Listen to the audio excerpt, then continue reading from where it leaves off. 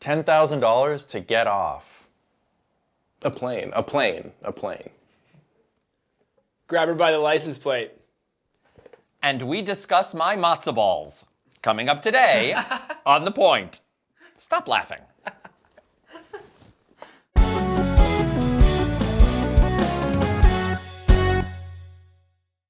Hello and welcome to The Point, the only talk show bringing gay and straight men together to see what happens. Hello, everybody. Hello. Hi, Fred. And Hola.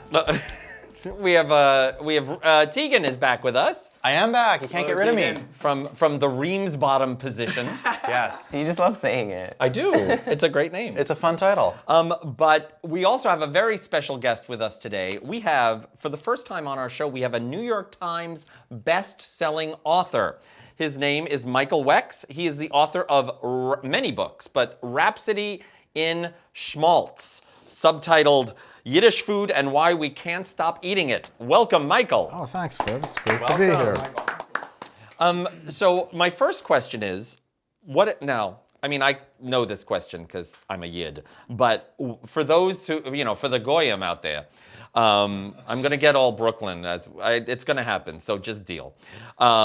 What are Yiddish foods? What is Yiddish food? And why is it that we can't stop eating them? What is Yiddish, first of all? What is Yiddish? Yiddish was the language that Jews in Central and Eastern Europe spoke in places like Germany, Poland, Hungary, Romania, Russia, amongst themselves, rather than speaking whatever the language of the country they were in was. So it was kind of like this Jewish alternative language, this jive that they would talk in order partly not to be understood by the people around them, but also it had developed to convey, you're living in a completely Christian society and you're the only non-Christians there. There was no big diversity at the time. A lot of stuff, Jewish life, traditional Jewish life is run by religion, and there's no words, there's no concepts in non-Jewish languages for a lot of stuff that you would do every day. Some of that stuff's seeped out into the other languages. So in most European languages, like in English, if you say the deal is kosher, everybody knows what you mean. Mm-hmm. And that's kind of like just one example, but there's lots and lots more of those kinds of things. And of course, there's all these holidays that people that aren't Jewish don't have. They're the ones that got us out of school all the time. But the problem is we didn't get Christmas presents, so it That's balanced true. It's a out. good balance to. But you can buy, for the past 10 or 15 years, you've been able to buy chocolate Easter bunnies with kosher certification. Really? Yeah, so I I'm didn't wondering, even know that. just in case you've got a craving, also Santa Clauses. And I did find a place in the U.S. that actually will make a chocolate crucifix that is kosher. So you can have your Christ and eat them too. It's the little chocolate Santas. That they actually. This was a while ago. I found these, but they use the same mold to make chocolate Maccabees. It's the same mold. So how did what are Yiddish foods, and how did the tradition of these foods come from that culture? Yeah, so these are the traditional foods. Most of what the book is about is the foods that you would eat, on special occasions. But within Judaism, you got a special occasion once a week, every Saturday, Shabbos, the Sabbath, and this is like a major deal. It's a very big thing. It's except for Yom Kippur, which happens once a year. Every single like the Saturday, Super Bowl of religious holidays. But every single Saturday is otherwise the holiest day of the year, and you're supposed to eat well, etc. And there are certain rules about what you're supposed to eat, etc. And of course, everybody knows there's one thing Judaism has got is a lot of rules about what you're not supposed to eat, but that doesn't really come into this. Generally, they were adaptations of the food that the people around them were eating. So this is primarily Central and East European cuisine, with the pork taken out and the blood taken out, and a lot of allowances made for the biggest problem. I guess the biggest problem in Jewish cooking: you can't mix meat and dairy. You can't cook them together, you can't eat them together, you can't have them at the same meal. Wasn't that a historical thing of just like that they were like we can just go to the store and buy that now, but like you couldn't really get them all the time at the same meal anyway, and it sort of came out of that sort of. Well, it was actually easier, think about it if you want to fry something and you don't live in an area where there's a lot of olive oil, which, I think Poland is like near the top of those areas. The easiest thing to cook something in is butter. Slavic, East European cultures are anthropologists. They divide things into butter cultures and oil cultures.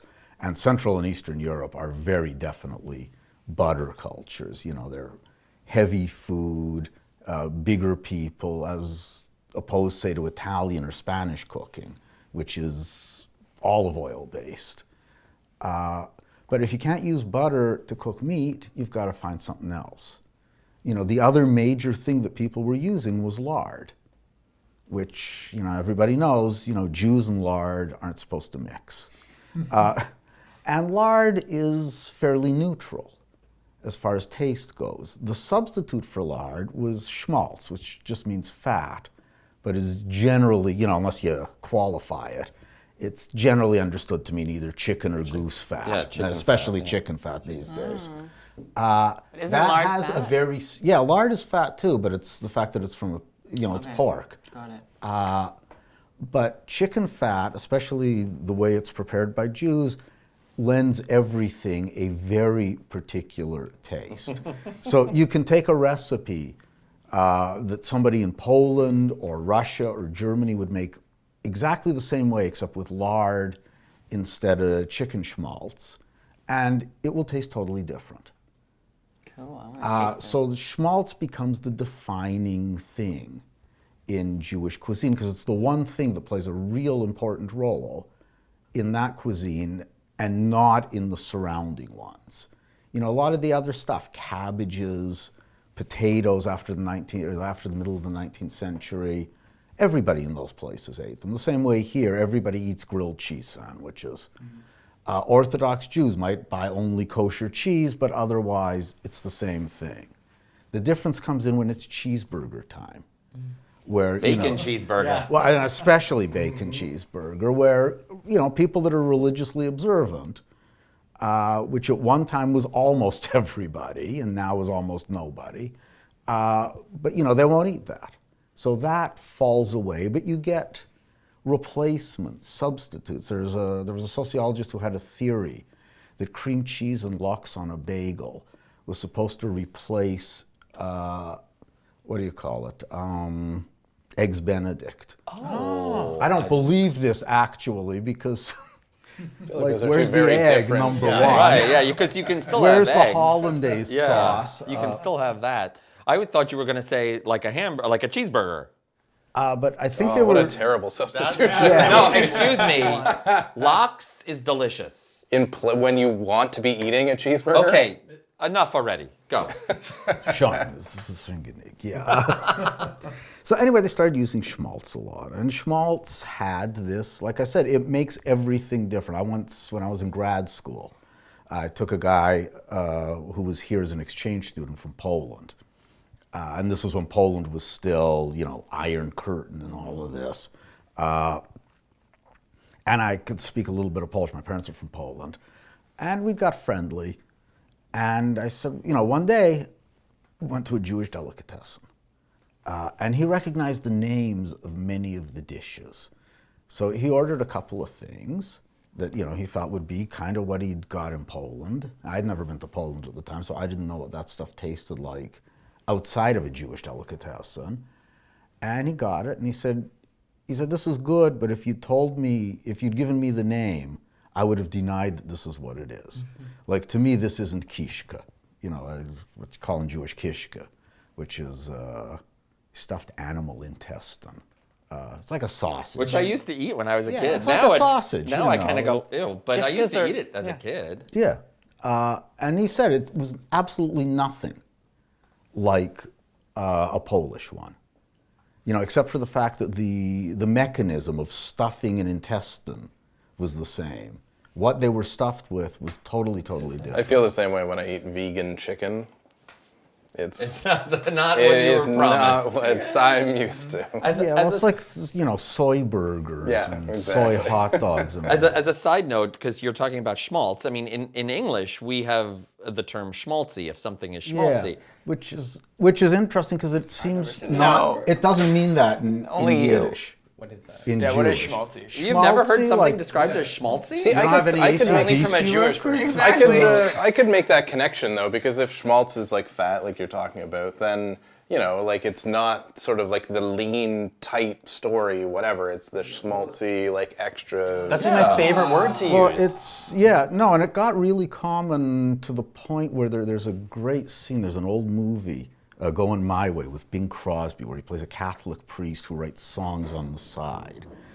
And they're trying to raise money because the church is going to be foreclosed on. So he's got this song that he's trying to flog, which is the title song of the movie also. And one of his pals, one of the other priests, an actor named Frank McHugh, is going around trying to sell this to various song publishing places. He goes to the guy, it's actually William Frawley, Fred Mertz from I Love Lucy, tries to sell it to him, the guy doesn't buy it. Frank McHugh, Bing Crosby's priest friend, comes back to him and says, I tried to sell it, they're not taking it. He said, schmaltz isn't selling this year. And these guys, they're all supposed to be Irish Catholic. Yeah. So it really, the idea is overly sentimental, cloying. It started out, though, as a musician's term for unhip music. So like when starting in the late 20s, early 30s, a lot of like what we would just think of as pop music was loosely labeled jazz. I guess the way you would loosely at one time label pop music, it's all rock and roll, even if it was, the Singing Nun or something.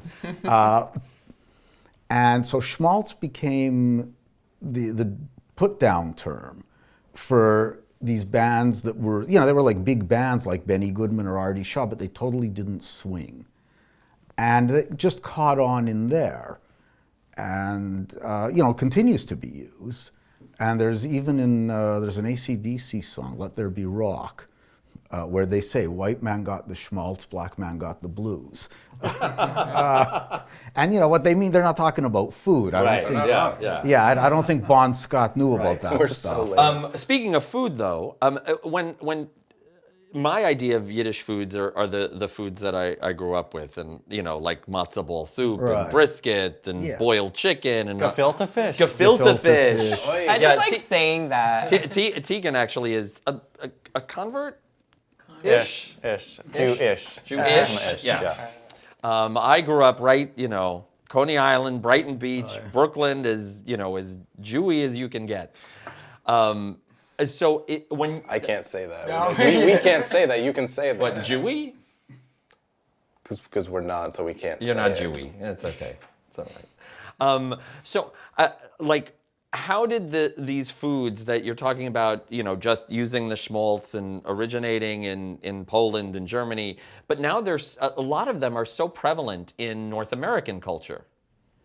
Well, the ones that really caught on are the ones that they serve in delicatessens.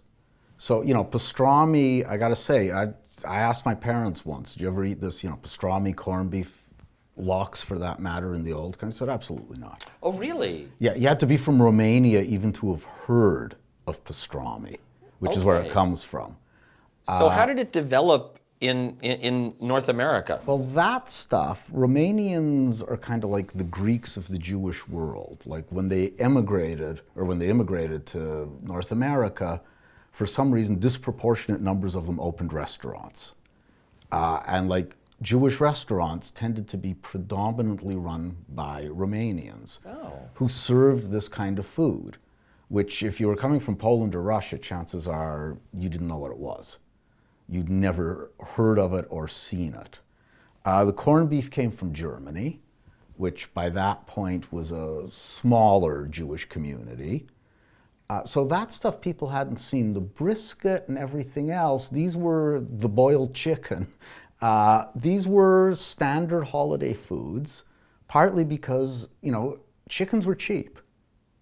And they don't take a lot, after you finish plucking them, you can stick a chicken in a pot and boil it, and it will cook more or less on its own. Remember, most people didn't have ovens. Yeah, because boiling meat sounds gross. I'm not gonna lie. Just as a means of cooking Really? Oh, something. it's delicious. Yeah, but like fry it or it's like. No, it's do Yeah, but they something. didn't have. They didn't always Boiled have. chicken. Oh, it's Fair delicious. enough. Yeah, I guess like if they didn't have. That's how the- you make chicken soup. You Well, boil yeah, the fair chicken. enough.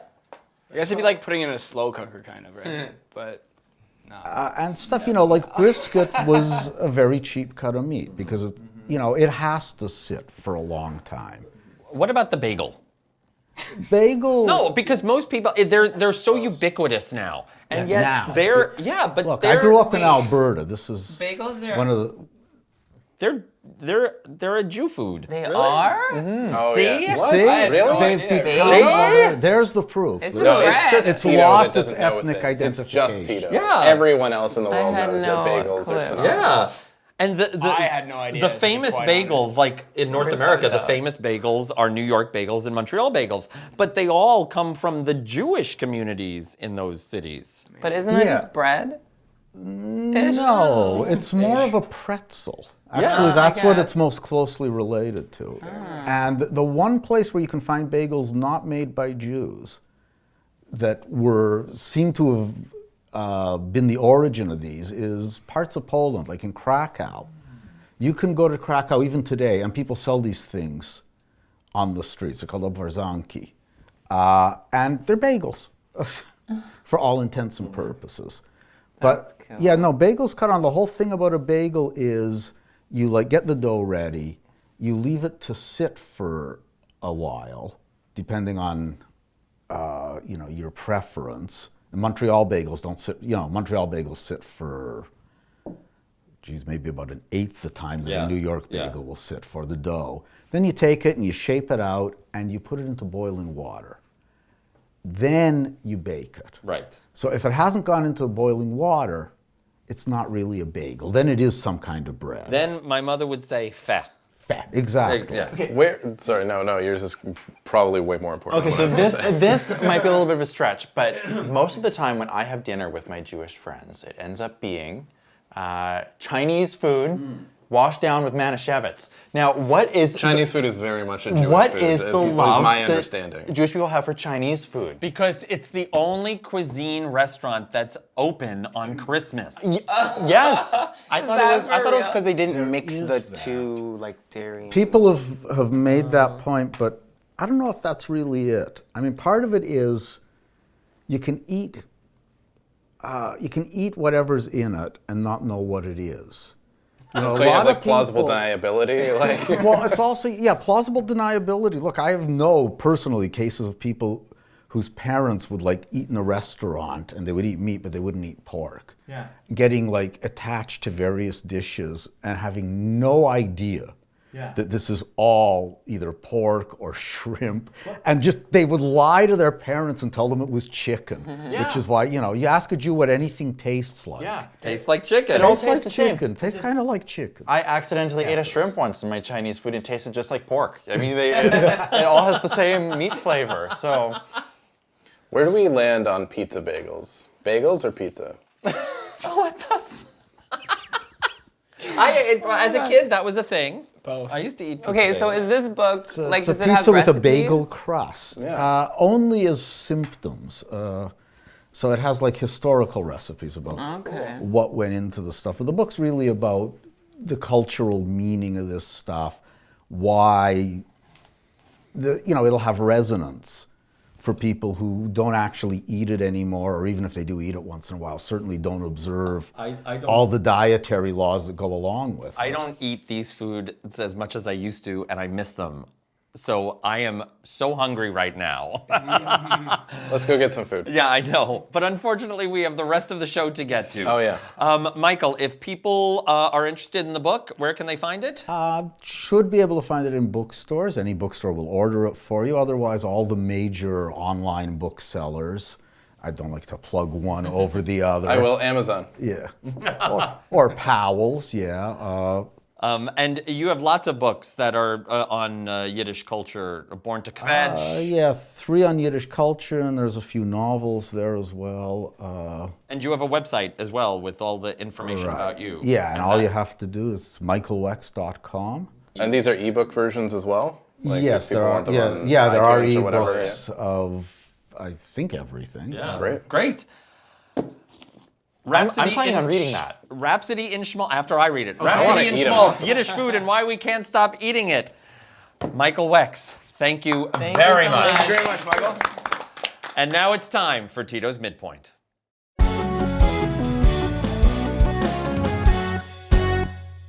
Okay, this week we're playing Point of No Return. So we're all each gonna take a question and ask somebody else on the panel.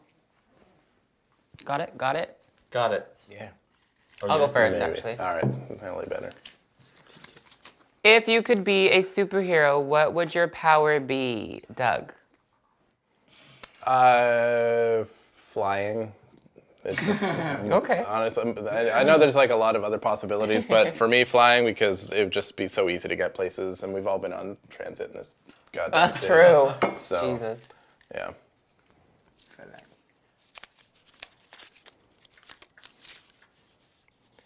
Have you ever been cheated on by a boyfriend/girlfriend? Fred. Cheated on. Yeah, that's not a question for Fred. I mean, Okay, Ori. Never had a serious relationship. So that's a no. Gordon? Like, anybody got a Yes. reasonable answer here? Yes. You have been cheated on? Yeah. How did you find out? She called me. Oh, I was like, I said I cheated on you. and you know what? Or I was at at least a it's like- party, and I was like, okay, well then I guess me too. It wasn't like I'm cheating on you, is it? Like it was. It was like I'm about to during. Oh, wow. I'm cheating on you right now. At That's least bold. she's honest. Good for her. Yeah, I read her. And what happened after that? It's over. Oh, okay. Okay. Okay, I asked a bunch of people, word, so let's and just we're put this here. So Gordon? Okay, together. Gordon. Should do a super cut of just all of us taking the time to unfold these things. How do you feel about end pieces of a loaf of bread? I have strong feelings with Okay, or I love them. this. What? Yeah, you know why? no way. They're the best part. Do you know why? like the end piece of because a when you- meatloaf. No, when you toast it, it's all crispy and the middle's soft. It's the best with a little peanut butter. Game Like over. a French baguette, like the ends Yeah. are the best part. Who is always- anyone to turn down a carb? That's how I feel about that. If always presented with the opportunity of end piece or non-end piece, I'm not saying end piece or nothing. I think they're great. I like a good end I piece. always toss them. I guess the Love rule is that you a good gotta end fold it in piece. half. Like you can't bring it with a regular piece. I mean, we're not talking about side pieces here. It's a different thing. All What right, what all right. things are you shallow about, Mr. Reamsbottom? What things am I shallow about? Sense of humor. I judge people based on their sense of humor. That's a good Wait, one. in what way? Like, as in, if they have one, or like you don't, like you If gauge they whether don't, you if they like their take type of themselves sense way of too humor. seriously, I like get a little. Try not to judge people, but that I inherently get a little judgy. But they're garbage people. they're terrible people. Get out. Okay. These are hard to open. Right? Describe the weirdest dream you've ever had, Tito. Because I feel like there's a weird one in here somewhere. Oh my God, actually I don't ever remember my dreams, but I'm sure there's been weird ones. I remember them when I wake up, and then I go back to sleep, and then I wake up and they're totally out of my head. I don't remember shit. But usually it's about involving like friends and dying and celebrities, but I don't remember specifics. Are the friends dying or the celebrities dying? Everyone's dying. I'm dying usually. Literally? Yeah. That's a good sign. I'm the only one that never answered a question, so I'll Wait, I'll read it to ask you. myself. It's like that work? midpoint masturbation. I'll ask myself. Would you or have you ever gone behind a friend's back with someone they were interested in, Fred? Probably. Wow, what a bitch. Well, no. No, because if the person isn't interested in the other person, then what's it matter? Friend code.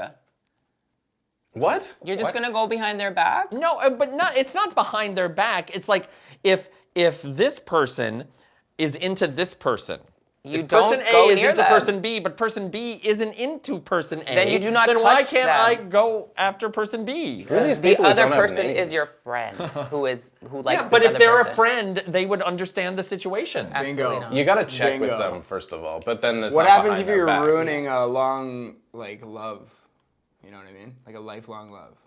I mean, then you're No, ending no, your no, no, friendship. no, that's different. I'm just talking about like hookup No, I'm stuff. saying like, what if like it works out though? You know, if you're interested. But, but I know, if but they you're do- not yeah. ending a long love that wouldn't end anyway. Yeah. Because if that situation comes up, then obviously it's a situation where they're like, you know what, I'm not really happy in this relationship or whatever, so I'm gonna go bang Ori over here. Who's You banging are? Ori? All right, Doug. That's do an it. image. Thank you, Tito. So you just went behind my back and took Ori from me? Actually, he went after Matt. Okay. You son of a bitch. Thank you, I'm Tito, sorry, Doug. Jumps Matt. over the table. for today's midpoint.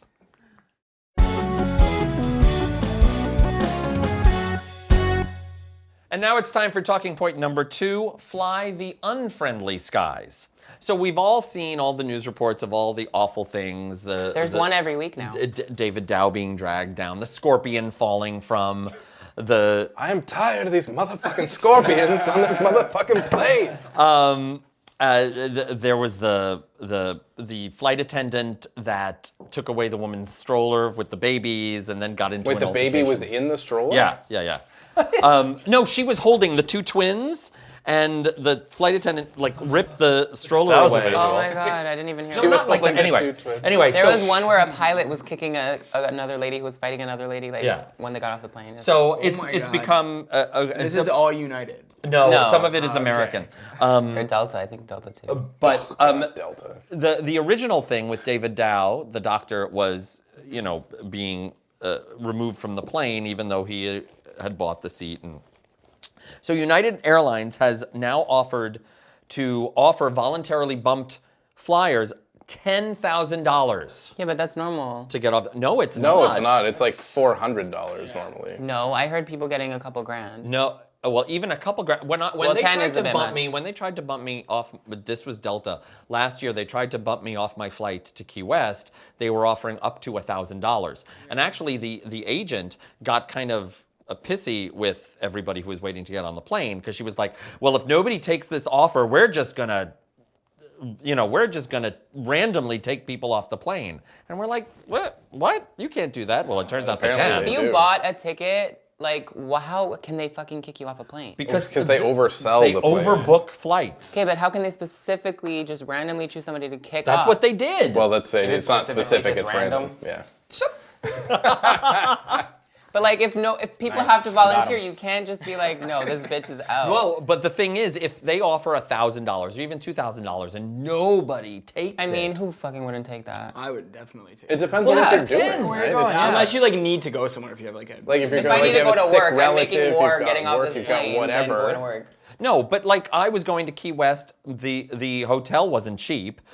If I stayed, because the next flight wasn't until the next morning, so if I got off the plane, that means I lose the one night in the hotel. Granted, they're putting me up at a hotel airport in Atlanta. This was, but I don't want to lose my one night of my 4 nights in Key West. I want to go to Key West now. If I was coming home, Yeah, but you're also making That's a different story. $1,000, bro. I know, but I'm losing $500 and a night in. There's At also my vacation there's also destination. intangible value beyond just like the money itself, right? Now, if they offered $10,000, okay, now we're talking. But if you're going to offer me $800, $1,000, So is that $10,000 now from like here on out or what? for United? Yeah. And Wow. it's about time they've done something. I mean, as a passenger, there are so many rules for how you are expected to conduct yourself on a plane when you're getting to the plane in the airport. And I think that an airline, they have to uphold their end too, or they just can't be ripping people off planes. And 100%. Totes. Well, some people don't like flying, so they'll take another mode of transportation, like they'll drive somewhere. Well, a driver in Dartmouth, Nova Scotia. Good job. That was actually good. That was a good transition. Yeah. The government, after he had the same license plate for 25 years, but the government, after getting a complaint from another driver on the road, they got a complaint about Liberals. this man's license plate, and they decided to yank his license plate. The license plate was grabbed it simply from him? is simply his last name. His last name is Grabber, Grabher. Oh wow, it's not even spelled like. Oh my god, it's like different spelling too. I can't. Well, And grab what? her. It The looks like different grab her. words? Yeah. Oh, I thought it was grabber, like you're a grabber. No, it's like like grab a pussy her. grabber. Right, and well, that's Right, the but I thing. mean, that's also now grab it her makes could be the people same think thing. of I see. all Like, that. Give me an MF break. Like, are we that sensitive that? Sorry, I'm trying to be polite, but this makes me. MF. And we Break. fucking appreciate This it. makes me mad because people have too much sensitivity on things these days. Yeah, but they got a complaint, so it was. I'm sure there are a lot worse license plates out there. Well, interestingly, there are, at least in this province, there are 3,100 words that the provincial government has deemed unacceptable on license plates. Did you say 3,100? 3,100. Gonads? dick on Yes. there. In this report, they list some of the banned words as he, she, gonads, gringo, God for you too, 69 pricks, hooch, hot, Which is fine. no, and doobie. What about No, read the other 33,000. I don't have them. what about ass man? Do you remember Seinfeld when Kramer got the wrong license plate? Who's the ass man? Yeah. 1 in a million shot, dog. Yeah, but I mean, is this? I mean, I understand. What if they try to spell those with numbers as letters instead of the letters? Well, you can try that. I mean, you can submit for a vanity plate, and then the government either says yay or nay. I mean, Reams bottom is a little too long for license plate, but I'm sure if you could put that on a license plate, someone would be offended by it. Oh, probably. Yeah. I just don't get why everybody is offended by everything. Like, just stay in your own lane and mind your own damn business. Well, and like, The owner of the plate, Mr. literally. Grabber, yeah. said that I guess he'll have to take his name out of the phone book because someone's going to be offended by that. Right. And good point. If it then he is has to your, change his freaking name. I mean, It's your ironically, his name. first name is Woman, which is quite odd. Thank you. that would have been better if you said pussy, like pussy grabber. I respect women, Fred. Right? And you could land a plane with that shirt. You're really trying to. Anyway, endpoints. Tito. Actually, Tito, you met one of your pop icons recently. That was like 2 weeks ago. Well, but still, you haven't talked about it yet. Oh, JoJo, she was in Toronto. I had a meet and greet. I met her. I gave her a gift. We took a picture. And you have a picture of her holding the gift that you gave. What was the gift? Yeah, I got her a jersey, a Raptors jersey, because she loves dinosaurs, but I didn't want to get her jewelry because all her fans give her jewelry. So I got her a little raptor, and then I put her name on the back. Nice. That's so sweet. I want one of those. She has the tattoo of a dinosaur, too. Become an she international also, sensation. when she was in Yeah. Toronto, she got a tattoo here in Toronto. Oh, So that's wow. cool. And she loves Toronto, so. Wow, Can you? cool. Let's show the people the picture. We'll put it Yeah, up. we'll put it up. Yeah. Also, you have a Bop of the Week. Bop of the Week this week is Cashmere Cat featuring Ariana Grande. And You think it would be a JoJo song after that? Yeah. It's called Quit. Like, quit it with that shirt. You're just jealous. Use Cashmere Cat. That's okay. That's a good song too. an You've had interesting me name. listen to that one. That's a bop too. Cashmere Cat, Yeah. yeah. Well, thank you, Tegan. Thank you for having me back. Once again, well, you're stuck with us Yeah. for a little bit. We're mishpucha. We are mishpucha. Speaking of mishpucha, I also want to thank Michael Wex for joining us today. And we have lots of stuff to tell you. We always have lots of stuff to tell you. We are on Revry. Check us out on the world's largest LGBTQ streaming service, Revry.tv. Loud breathers. Crowdfunding, Patreon, patreon.com/thepointguys, YouTube. Subscribe to us. Please subscribe to us. Hit this big red button. Who knows? Don't worry, it won't order you a Yeah, Coke. I might order you a Coke. iTunes, check us out there for the audio podcast. And of course, for everything The Point, go to our website, thepointguys.net. We have a new show every Tuesday. So we will see you next Tuesday on The Point.